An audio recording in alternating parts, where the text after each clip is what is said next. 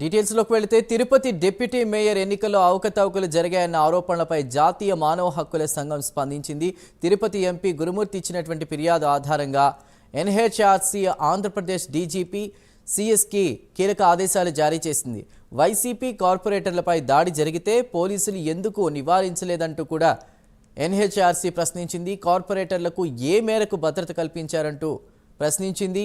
అసలు ఎన్నికలు ఎలా జరిగాయి, ఎలాంటి పరిణామాలు చోటు చేసుకున్నాయి తదితర అంశాలపై సీనియర్ ఐఏఎస్ అధికారితో పూర్తి విచారణ జరిపించాలని ఎన్హెచ్ఆర్సీ ఆదేశించింది.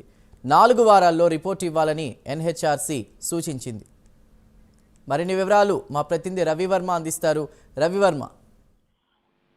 Chandu, Tirupati municipal corporation deputy mayor ఎన్నిక మీద మొదటి నుంచి రగడ కొనసాగింది. అయితే అనివార్య కారణాల వల్ల టీడీపీ కైవసం చేసుకుని టీడీపీ అభ్యర్థి గెలుపొందారు.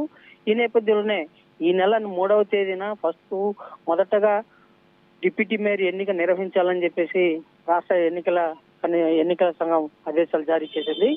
ఆ మేరకు 3వ తేదీ ఎన్నికలు జరగాల్సి ఉన్నా కూడా 3వ తేదీ కోరం లేని కారణంగా 4వ తేదీకి వాయిదా పడింది. 4వ తేదీన కోరం ఉండడంతో ఎన్నిక జరిగింది. అయితే ఇక్కడ ఒక పరిణామం ఏంటంటే, దాదాపు గత వైసీపీ అధికారంలో ఉన్నప్పుడు 49 మంది వైసీపీ కార్పొరేటర్లు గెలిచారు.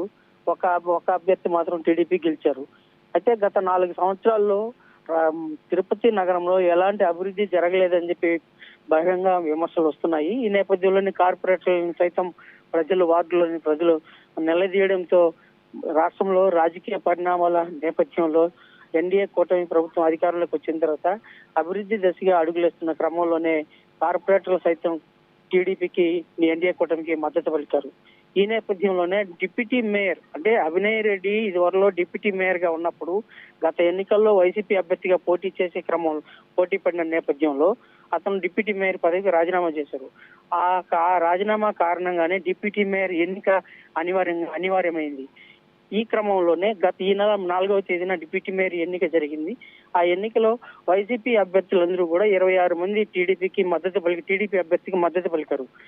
దాంతో టీడీపీ అభ్యర్థి అయితే అనూహ్యంగా విజయం సాధించారు. అయితే ఇక్కడ ఉన్నటువంటి పరిణామాలు ఏంటంటే, గత వైసీపీ ద్వారా గెలిచినటువంటి కార్పొరేటర్లకు టీడీపీకి ఎలా సహకరిస్తారు అని చెప్పి వైసీపీ నాయకులు పదే ప్రశ్నించడం ఒక దశలో ఉద్రిక్త పరిస్థితి సైతం నెలకొనింది. టీడీపీకి మద్దతు పలుకుతున్న వైసీపీ అభ్యర్థులు వస్తున్నటువంటి వాహనాన్ని సైతం అడ్డుకునే ప్రయత్నం అయితే చేశారు. ఆ క్రమంలోనే వాహనం అద్దాలు పగిలి ధ్వంసమయ్యాయి. ఈ నేపథ్యంలో వైసీపీ కార్పొరేటర్లు వస్తున్న వాహనం మీద దాడి జరిగిందని చెప్పేసి ప్రతిపక్షాలు తీవ్ర స్థాయిలో ధ్వజమెత్తాయి. దీని కారణంగానే 4వ తేదీ జరిగిన ఎన్నికల్లో వైసీపీ అభ్యర్థులకు పోలీస్ ప్రొటెక్షన్ జిల్లా ఎస్పీ హర్షవర్ధన్ రాజు ప్రత్యేక పోలీస్ ప్రొటెక్షన్ కల్పించి ఎన్నికను సజావుగా నిర్వహించారు. అయితే ఈ పరిణామాల క్రమంలోనే టీడీపీ అభ్యర్థి అనూహ్యంగా గెలుపొందడం సహించినటువంటి కొంతమంది వైసీపీ నాయకులు హ్యూమన్ రైట్స్ కమిషన్ ఆశ్రయించారు. కార్పొరేటర్ల హక్కులు హరించేలా వ్యవహరించారని చెప్పేసి భావన నెలకొల్పారు. దాని మేరకు ఇవాళ విచారణ హ్యూమన్ రైట్స్ కమిషన్ విచారణకు ఆదేశించింది. ఆ ఆదేశానుసారం పూర్తి స్థాయిలో దర్యాప్తు జరిపి నివేదిక ఇవ్వనున్నారు.